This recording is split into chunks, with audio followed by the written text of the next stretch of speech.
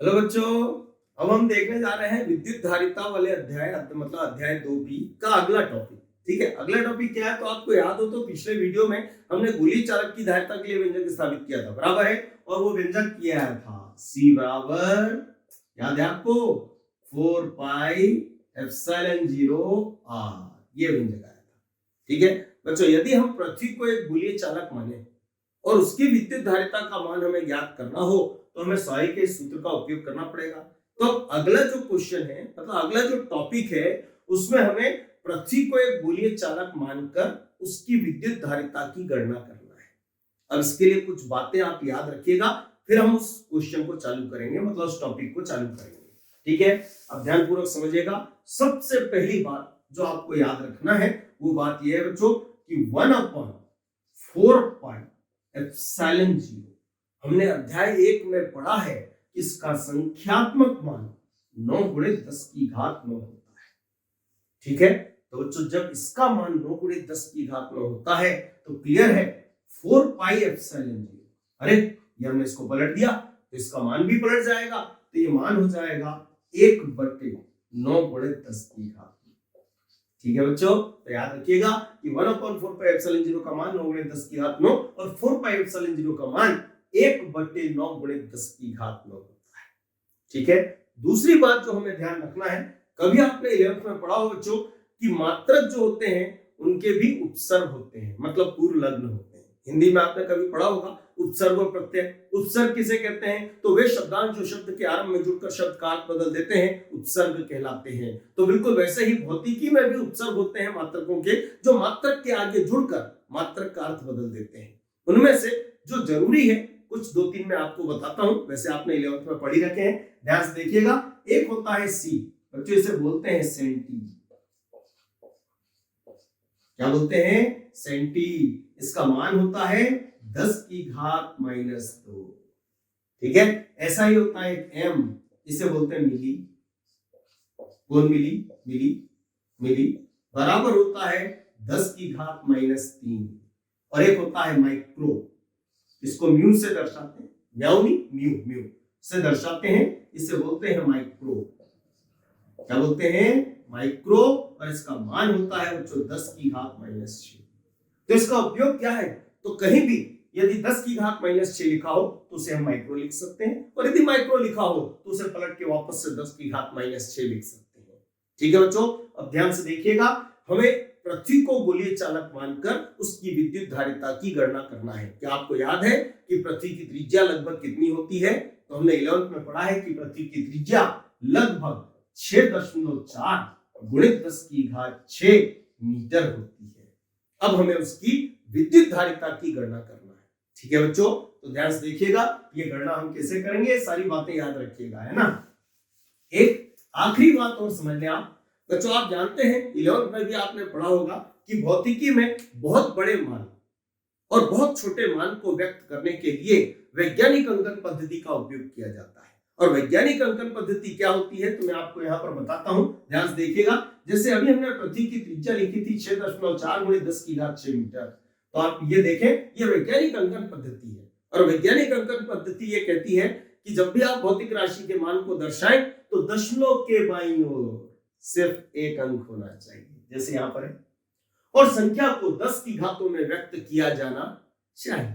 इससे क्या होता है, तो यदि संख्या बहुत बड़ी हो या बहुत छोटी हो तो उसे याद रखना, उसे व्यक्त करना सरल हो जाता है। उसमें हम इस वैज्ञानिक अंकन पद्धति का उपयोग करते हैं। लेकिन जब हम सवाल हल करते हैं बच्चों, तो जरूरी तो नहीं है कि जो मान है वो वैज्ञानिक अंकन पद्धति में ही आएगा।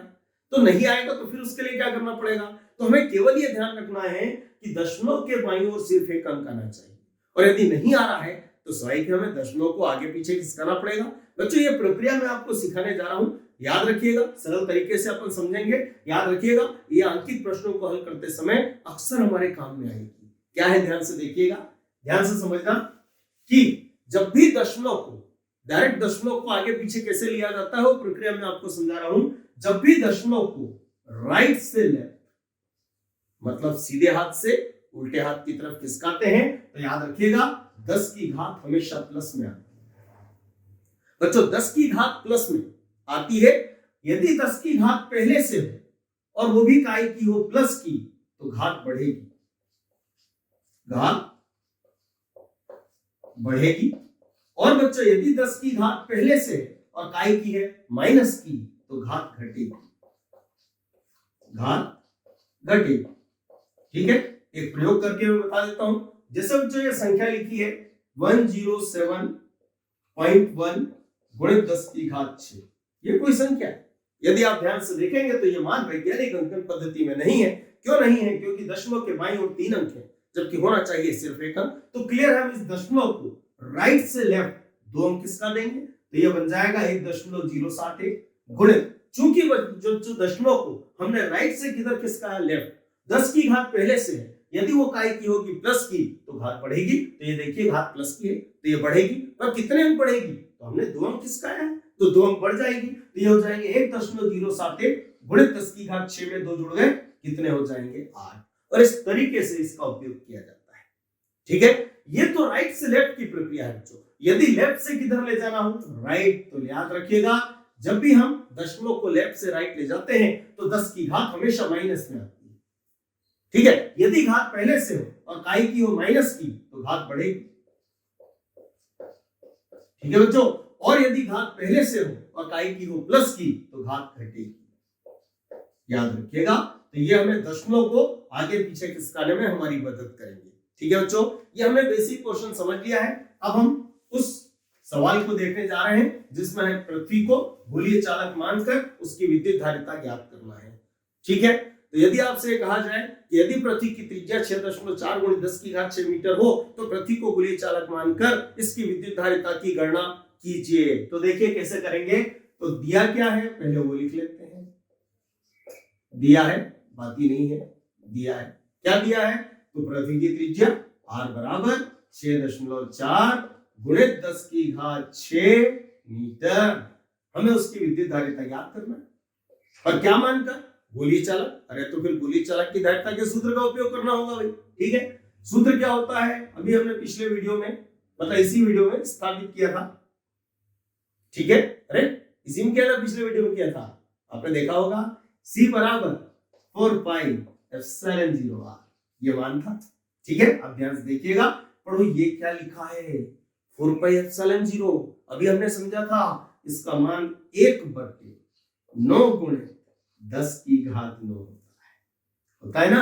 अब गुणित में क्या लिखा r का मान ये स्क्वायर रख देते। क्या है मान बच्चों? 6.4 गुणित 10 की घात 6। ठीक है, अब ध्यान से देखिएगा, ये लिखा हुआ है 6.4 बटे में क्या रह गया 9, गुणित में 10 की घात कितनी है 6, ये उठ के कहां जाएंगे ऊपर, तो क्या होगा घात का चिन्ह बदलेगा।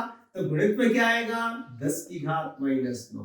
कोई दिक्कत तो नहीं बच्चों, ध्यान से देखिएगा। हमने इस 6.4 में 9 का दिया भाग, चूंकि संख्या छोटी है और ये बड़ी है तो भाग जाएगा नहीं जाएगा, तो कोई बात नहीं, 0 लगाएंगे और दशमलव लगा के दशमलव को हटा देंगे। तो ये जैसे ही दशमलव हटेगा ये बन जाएगा 64। 64 में 9 का भाग देंगे, 9 7 63। 64 में से 63 घटे कितने बचे? 1। दशमलव लगा हुआ है, 0 बढ़ाएंगे कितने हो जाएंगे 10। 9 1 कम 9। ठीक है, फिर कितने बचेंगे 1, 0 बढ़ाएंगे 10 होंगे, 9 1 कम 9। फिर 1 बचा, फिर 0 बढ़ाया, 9 1 कम 9। अरे तो होते ही जा रहा है। ठीक है, बहुत इतना। अब क्या होगा? गुणित, आधार समान है बच्चों, घातें क्या होंगी? जुड़ेंगी। अरे पर जुड़ेंगे नहीं, एक प्लस की एक माइनस की घटेगी, कोई बात नहीं। 9 में से कितने घटेंगे 6, बचेंगे 3, काय के माइनस के, तो हो जाएंगे 10 की घात -3। ठीक है बच्चों, ये मान फेरेड में आया, पर हमें ये मान माइक्रो फेरेड में चाहिए। ठीक है, तो यहां पर हमें माइक्रो लाना पड़ेगा बच्चों। अभी थोड़ी देर पहले मैंने आपको समझाया कि माइक्रो को म्यू से दर्शाते और इसका मान 10 की घात -6 होता है। तो आप पढ़िए, ये लिखा है 10 की घात -3। काश ये होते 10 की घात -6 तो हम इसको माइक्रो लिख सकते थे। फेरेड यहाँ पे है, ये पूरा बन जाता माइक्रो फेरेड। अरे पर ये तो 10 की घात -3 ही है, तो कोई बात नहीं, इसको 10 की घात -6 बना देते हैं। कैसे बनाएंगे? तो अभी मैंने आपको समझाया था कि जब दशमलव को लेफ्ट से किधर ले जाएं, राइट, और 10 की घात माइनस की हो तो घात बढ़ती है। तो हम एक काम करते हैं, इस दशमलव को लेफ्ट से राइट 3 अंक खिसका देते हैं। तो ध्यान से देखिएगा, बराबर क्या आएगा? तो ये दशमलव यहां से यहां आ गया, ये बन जाएगा 711.11। अब चूंकि दशमलव को हम लेफ्ट से राइट ले गए तो 10 की घात यदि माइनस की हो तो बढ़ेगी, तो ये माइनस की है, बढ़ेगी। कितने अंक इसका है बच्चों? 3, तो 3 घातें बढ़ जाएंगी तो ये हो जाएंगे 10 की घात -6 और साथ में क्या रहेगा? फेरेड। बच्चों पढ़ेंगे क्या लिखा है? 10 की घात -6, इसको लिख सकते हैं माइक्रो। तो मान हो जाएगा C बराबर 711.11, ये बन गया माइक्रो और साथ में रहेगा फेरेड, तो मान आ जाएगा माइक्रो फेरेड में, जो होगा 711.11 माइक्रो फेरेड। बच्चों ये तो आंकिक प्रश्न भी है, आपसे ये मान डायरेक्ट ऑब्जेक्टिव में भी पूछा जा सकता है कि बताइए पृथ्वी की विद्युत धारिता लगभग कितनी होती है, तो हम कहेंगे 711.11 माइक्रो फेरेड होती है। ठीक है बच्चों, आज हम इतना ही रखते हैं वीडियो में, नेक्स्ट टॉपिक अगले वीडियो में देखेंगे।